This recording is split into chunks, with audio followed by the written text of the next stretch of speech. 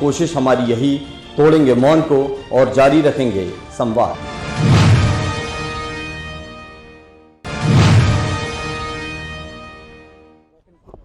Walk in clean 2 संस्थाओं के साथ आज मैंने वृक्षारोपण किया है। हमने मिलके पीपल और मौलश्री के पेड़ लगाए हैं।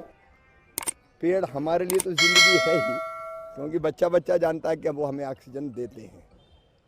लेकिन पेड़ केवल हमें जीवन नहीं देते। एक वयस्क पेड़ बरसात के जल को हज़ारों लीटर अवशोषित करके धरती में पहुंचाने का काम करता है, और वही पानी जो वो अवशोषित करता है गर्मी के दिनों में फिर से बूंद बूंद करके छोड़ने का भी काम करता है, जिससे नमी बनी रहे। एक वयस्क पेड़ चिड़ियों को, अनेकों प्रकार के पक्षियों को, केवल चिड़िया पक्षी नहीं, कीट पतंगे, जीव जंतु, उनका आश्रय स्थल है। आप किसी भी बड़े पेड़ के पास जाके देख लीजिए कितनों को वो ज़िंदगी देता है। न केवल ये ज़िंदगी देता है, बल्कि आने वाली पीढ़ी के लिए हम कैसी धरती छोड़ें, ये भी तो हमारा दायित्व है।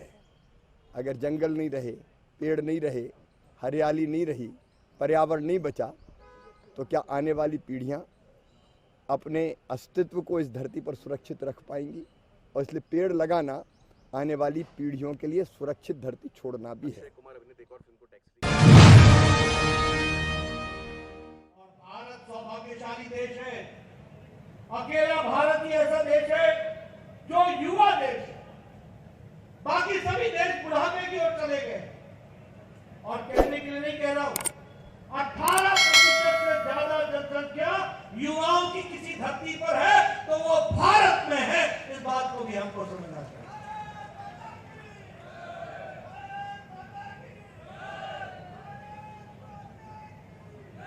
ये युवाओं का देश है।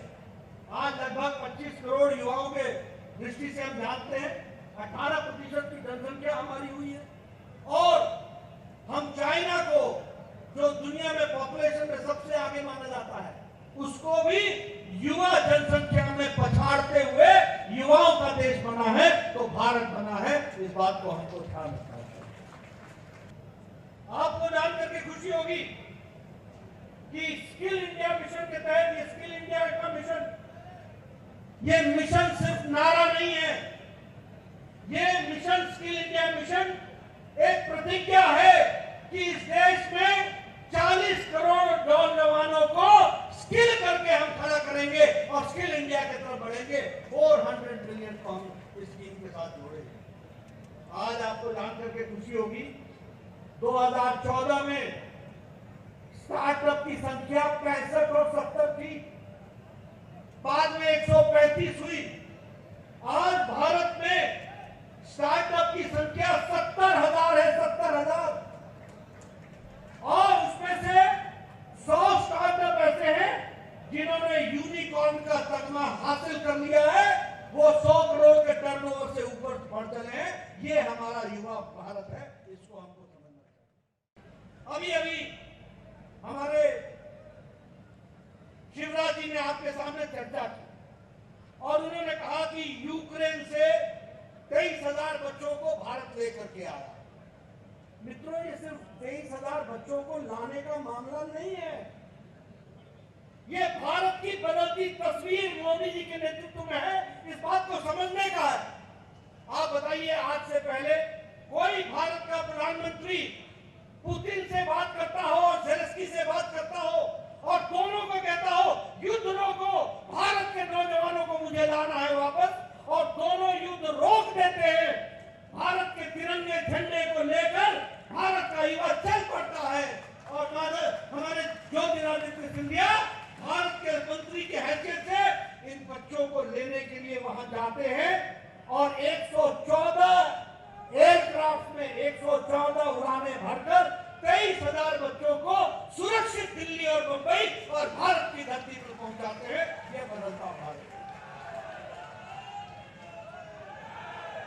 कभी सोचा था कि अफगानिस्तान से गुरु ग्रंथ साहब को सुरक्षित लाने का काम करेंगे तो वो मोदी सरकार करेगी?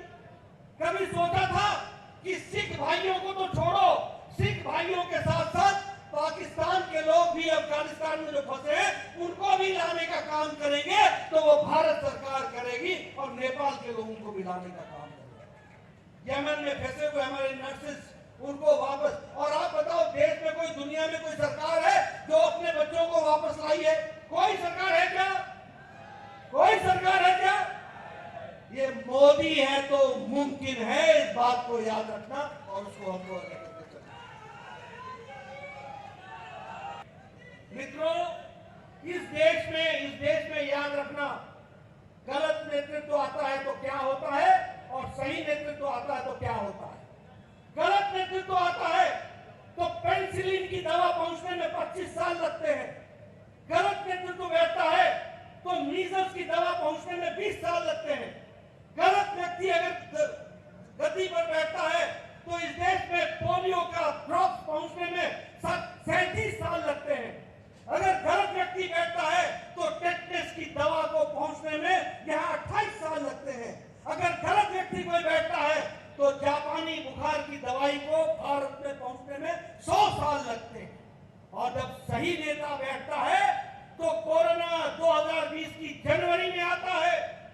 कोरोना की दवाई की तैयारी अप्रैल 20 को शुरू हो जाती है और 2020 के अक्टूबर में दवाई टेस्ट के लिए तैयार हो जाती है और जनवरी 21 में ये दवाई लगनी शुरू हो जाती है और जनवरी 22 के बाद 192 करोड़ डोज लग करके, डबल डोज लगा के और बूस्टर लगा करके हमारा भाई सुरक्षा कवच पहन करके यहाँ खड़ा रहता है।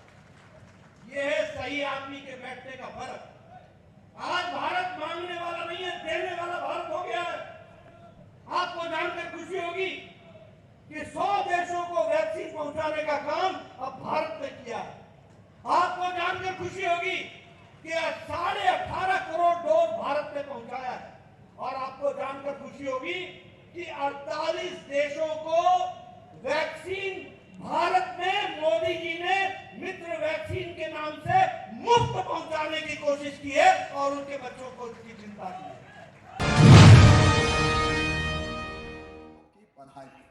बताओ अपने बच्चों में बुद्धि कम है क्या? अरे मौका मिल जाए बस। तो जैसे डॉक्टर बाबा साहब अम्बेडकर से ज्यादा पढ़ा दुनिया में कोई आज तक हुआ ही नहीं है। महाविद्वान, जितनी उपाधि उनके पास थी कोई के पास है क्या? भारत का संविधान बनाया बाबा साहब ने।